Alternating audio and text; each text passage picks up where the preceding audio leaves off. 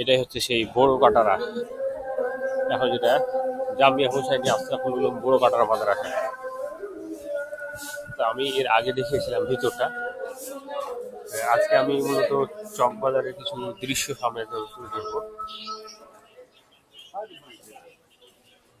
মুঘল আমলের অন্যতম নিদর্শন এই বড় কাটারা।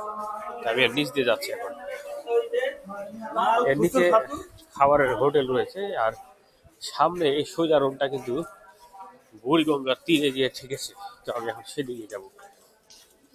যদিও একটা আলো আধারের পরিবেশ সৃষ্টি হয়েছে সন্ধ্যার টাইম, যার কারণে একটু আবছা আবছা ভাব চলে আসছে, মানে অন্ধকার অন্ধকার একটা ভাব। তারপরেও আপনাদের দেখার চেষ্টা করব।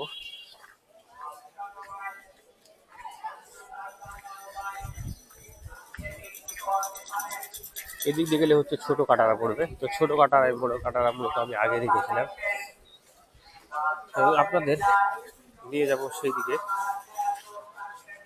যেখানে হচ্ছে বুড়িগঙ্গা নদীর তীর। তো যাচ্ছি সেদিক দিয়ে।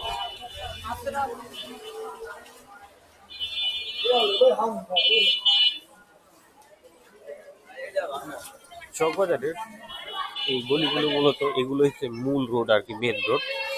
আর এর চাইতে বড় রোড আর নেই আপাতত। এগুলো হচ্ছে অনেক বছর আগে তৈরি করা, যেহেতু রাস্তাঘাট সেই অবস্থাতে রয়েছে, সম্প্রসারণ করার কোনো উপায় নেই।